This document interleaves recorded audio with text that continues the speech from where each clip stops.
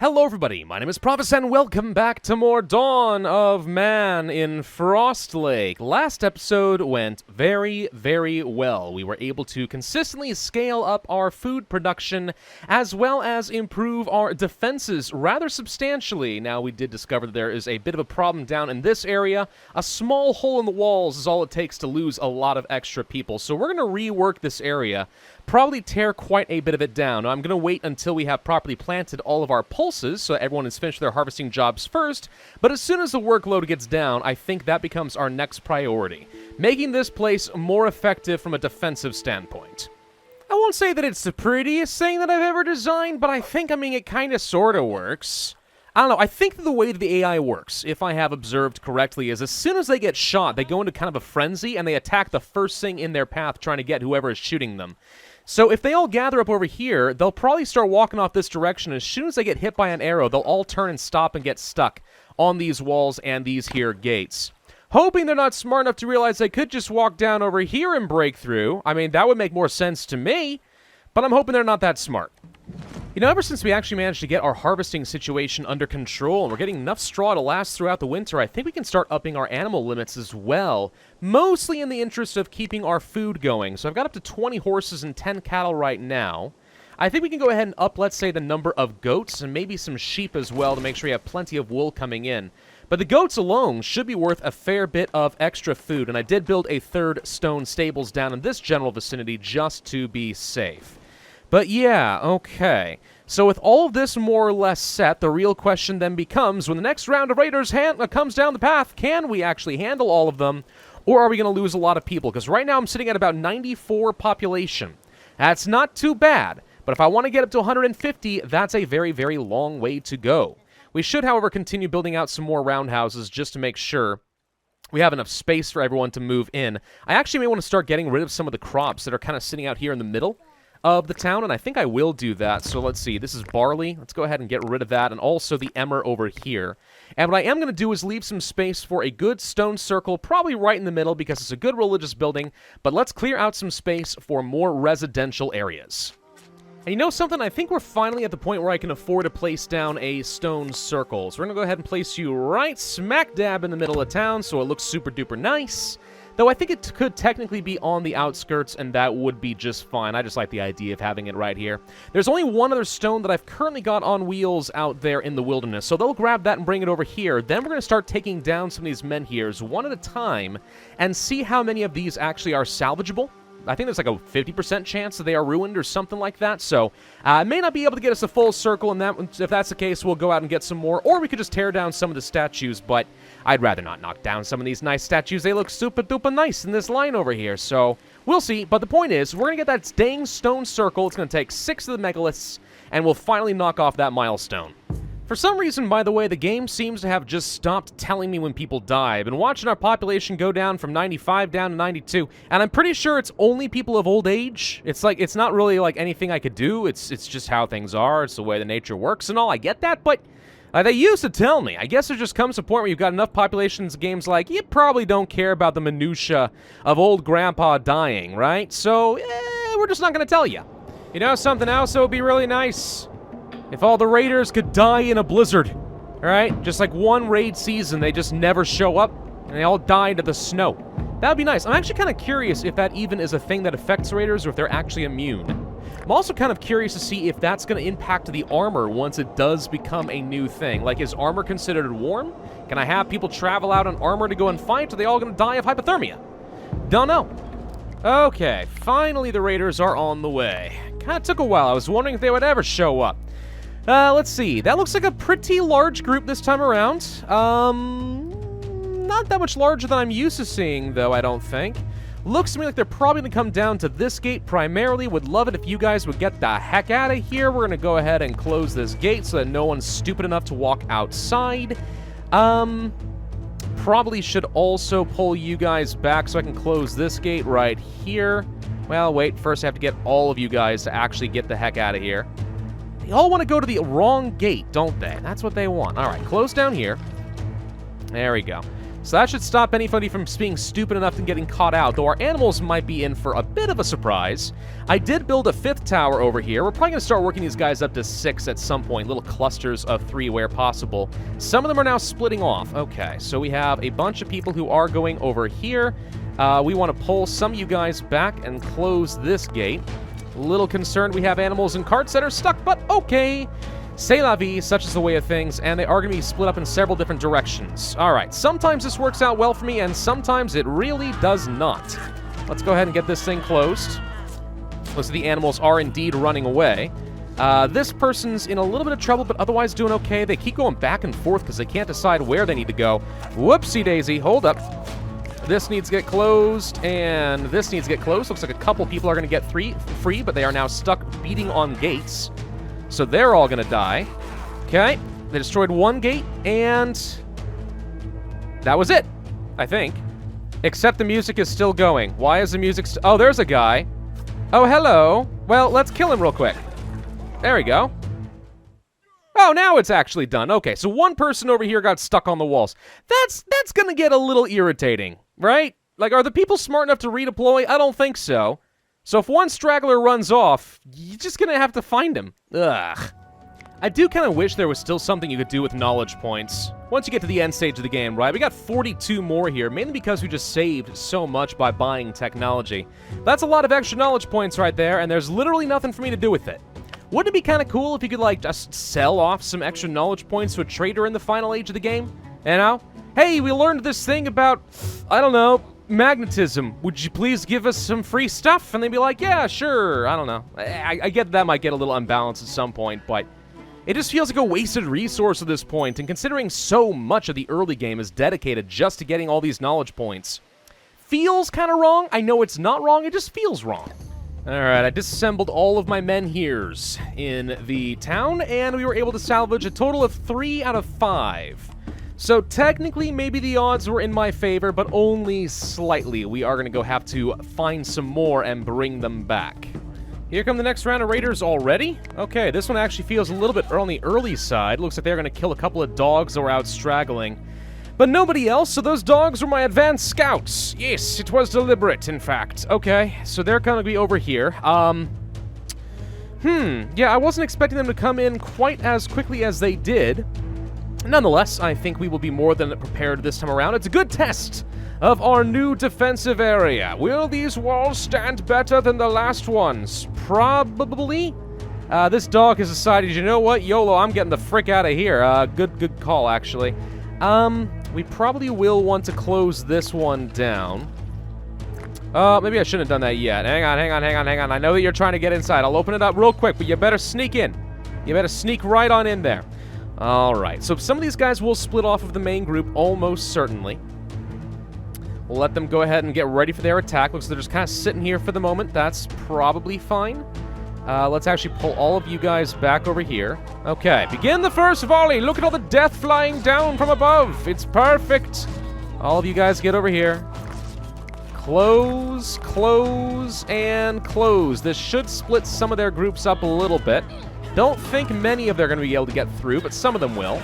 Still looks like we are going to be able to finish them off. We lost one person, and that appears to have been it. Okay, once again, our defenses stand. Ooh, they're finally building up the stone circle. Yes, this took forever. I also decided to surround it by a whole load of banners, which are super duper cheap for me because they only take some iron and some logs and some linen, of which I have plenty. And they're also worth like 2 prestige each. So, you know, a few of these makes up for a statue for far less effort. Significantly less effort. But boom, there we go. Our first stone circle is built, and it's probably the only one, but it's worth a whopping 60 prestige.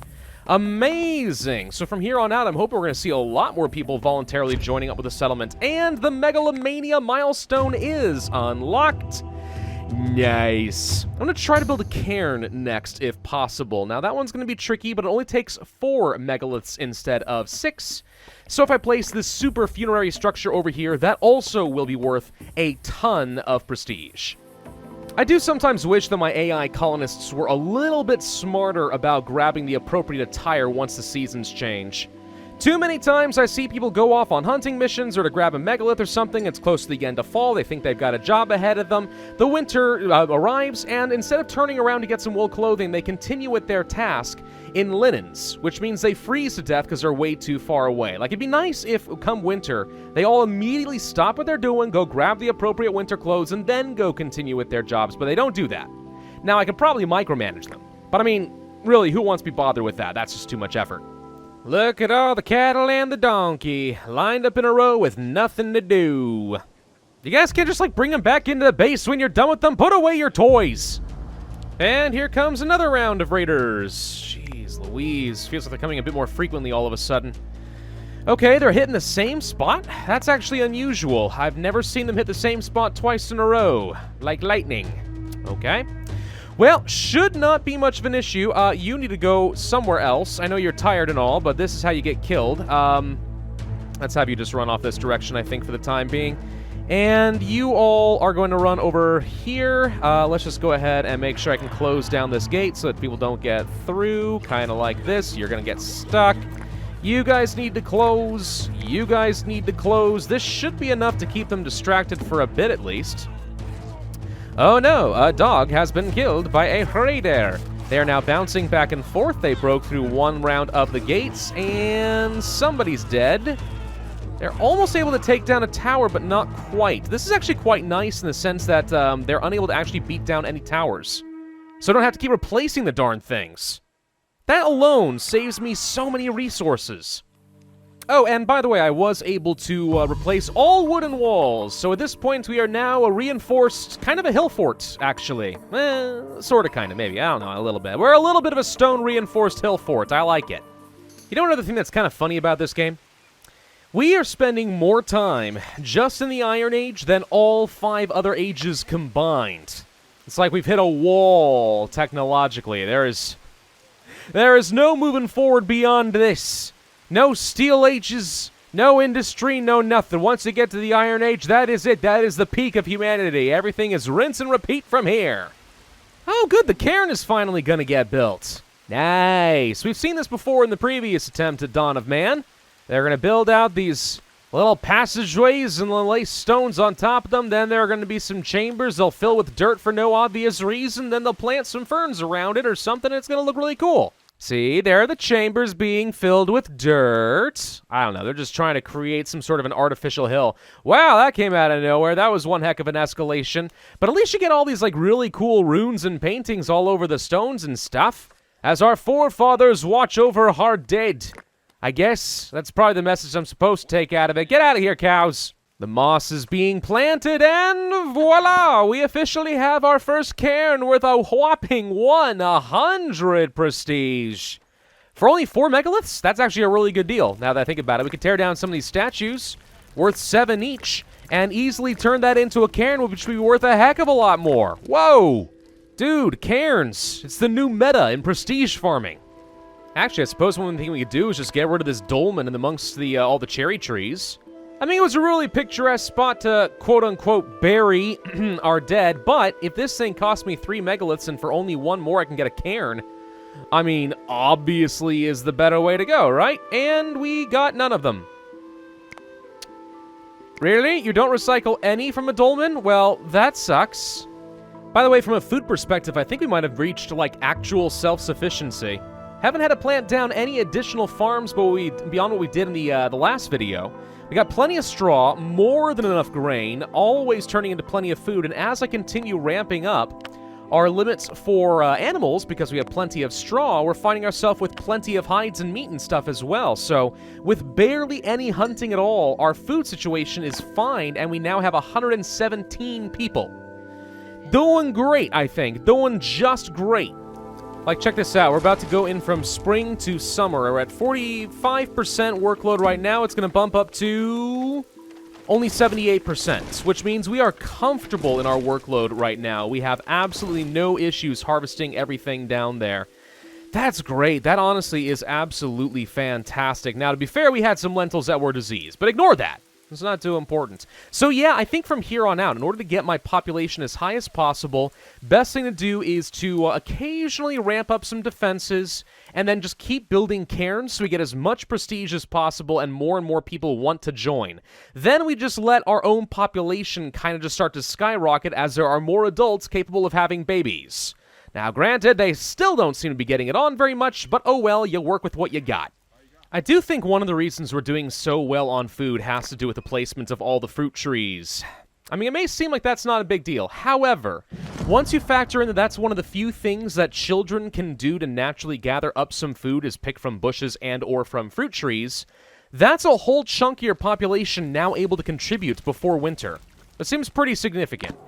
Ooh, population reached 126. Probably about to lose a few to hypothermia, but I mean, hey, 126 is progress. Yep, there they go, dying of hypothermia and stuff again. Gosh dang it, why are you people so useless sometimes? Just freaking get in the roundhouses.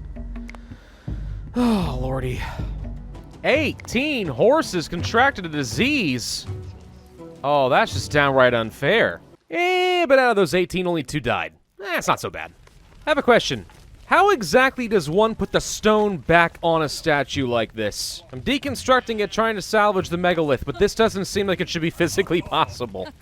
Oh, we're getting very close to the 150 mark that I'm looking for. Of course, one just died as I look at it, but alright, we're actually working on 2 cairns right now, though for some reason they decided to split their efforts, and now I've got them split in the wrong way, so we didn't finish one. Whatever, the point is, we're gonna get 2 more cairns. That's another 200 whopping prestige that I'll be able to use, and then we definitely will get up to 150. How did 2 more people die? Oh, come on! And up goes the 3rd cairn. We are 1 person away from the magic 150 number. And of course, here come some raiders. Ah, sure, why not? There they are. Okay, they're coming from this direction again, huh? That's probably fine. Let's just make sure we get everybody inside. Quick as you please. Ideally, we lose nobody in this raid because I just... Oh, wait, that was it! That was it! Forget this raid! We've got the 150 milestone! Alright, I should just let them in. I should just let them through the gate to be sportsmanlike, but I'm not gonna because I'm not stupid. Okay, hang on. We'll deal with this raid and then I'll take a look at the milestone. Hang on. Alright, let's go ahead and close this gate as well. You guys, please get the frick back. Stop trying to go through the gate. Don't go through the gate. There we go. Okay, so you, wrong way. You're just dead. Sorry, Marin. That was the wrong place to walk. Let's go ahead and start closing these gates down. And they're all going to get smeeshed. And they're trying to run over here. We're just going to close these gates down as well. And they're all going to go running around this way, and they can't find any way into the base, so they just give up, dejected, to get shot to death. Marin's the only one so far dead. And that's the end. We win. Okay. But frickin' boom, ladies and gentlemen. That is the last milestone for Dawn of Man in the Northlands. The Northern Settlement milestone has been unlocked. Wowzas! Okay, hey, we beat a much harder map on hardcore difficulty. And once we figured out the strategy as far as getting my defenses set up, and once we got our food more or less situated, this has been more or less on autopilot for the last 2.5 hours. Really no problem at all. So I think one of the fun things about playing on hardcore mode is this has forced me to be a little bit more efficient. There's a lot of things I would do differently with this base layout now that I understand a bit more about defense than I did before. Probably wouldn't do almost any of this nonsense. There was just no good reason for it. Probably build out a lot more in this direction, right? And just try to have maybe 3 or 4 main entrances and maybe even like some corners, kind of built like a proper fort with like 9 towers here to just bomb the snot out of everyone trying to run through. I don't know, those kind of ideas would work. But anyway, I've learned a lot. I had a lot of fun. I think Dawn of Man is a very, very fun game. And hardcore mode actually gives it enough challenge that I think it's pretty darn respectable. Thank you all very much for watching. I hope that you did enjoy this series. If so, then I would ask that you hit that like button, leave a comment, and subscribe. And I will see you guys next time.